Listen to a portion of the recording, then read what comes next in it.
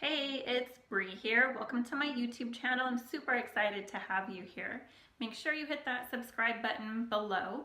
Today we're going to be talking about if grains are really a necessary part of your diet. So, kind of going back a little bit in time to talk about a little bit about the history of grains. I promise I won't get super boring with it, but I feel like it is really important to understand this part. So decades ago, kind of all around the same time, we were told to eat a lot of grains, usually refined grains like pastas and breads. We were told to go low fat and non-fat, and we were told that sugar wasn't bad for us because it was a low calorie food.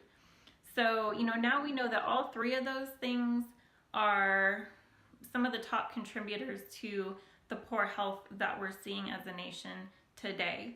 So if you remember the old food pyramid, the bottom biggest section contained all these processed grains, and we were told to eat several servings of that stuff every single day. So thankfully that has been changed, and like I mentioned, they've come out saying like, oops, we made a mistake in telling you to eat a lot of carbs, that sugar is not bad for you, and to go low fat and non-fat. So really, as part of a healthy lifestyle, grains are absolutely not necessary. So the possible benefits that we might get from a good quality whole grain can also be found in every other whole food. So, grains can contain lots of fiber and certain vitamins and minerals. Well, so do fruits and vegetables and, grass-fed, pasture-raised meats. So there is nothing that you can get from grains that, you can get everything from other foods that you can get from grains. Now, grains, there's a lot of information coming out from, science and research and doctors showing how grains actually contribute to ADHD and depression and dementia and Alzheimer's and poor gut health and inflammation and autoimmune disease.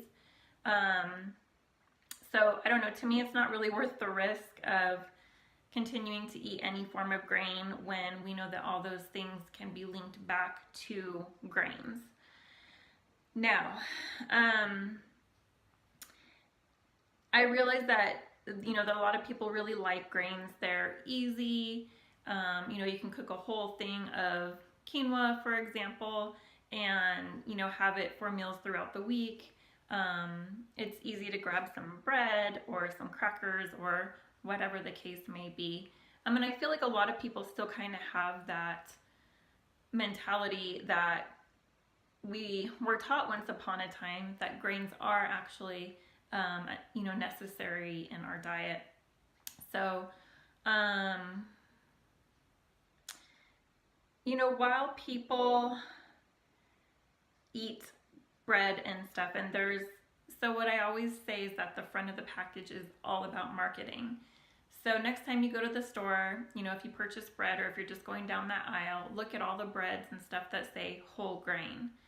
That's marketing, because you cannot make breads or pastas with whole grains. They have to be made into a flour in order to be made into the bread and the pasta, which is where a lot of these issues come in, because when a whole grain can possibly be beneficial is when it is whole, because there are several layers to grains, and that is how our body can handle those grains better as far as digestion goes. When it hits our stomach, then it's digesting the top layer, then it's going through our small intestine and going through the next layer, and then so on and so forth.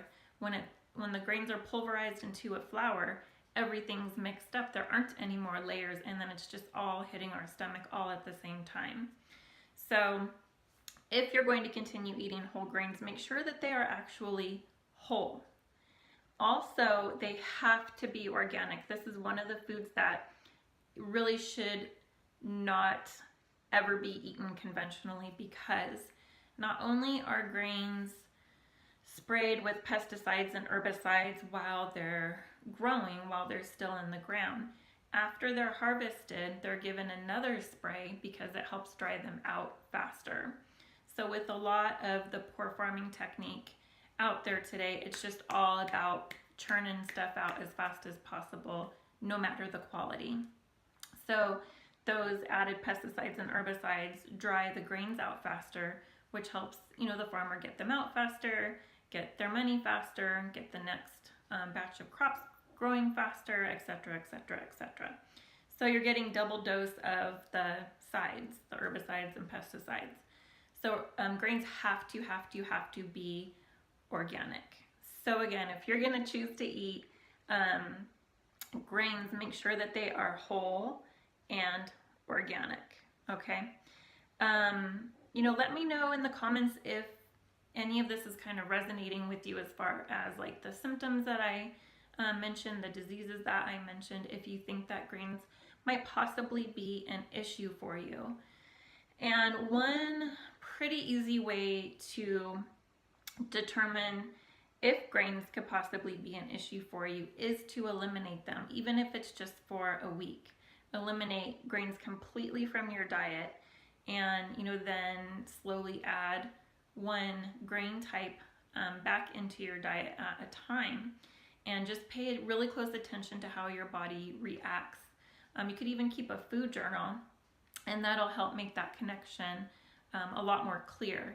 Okay, today I ate this grain and 30 minutes later I was bloated, or the next day I had a headache, or 3 days later I felt kind of down in the dumps.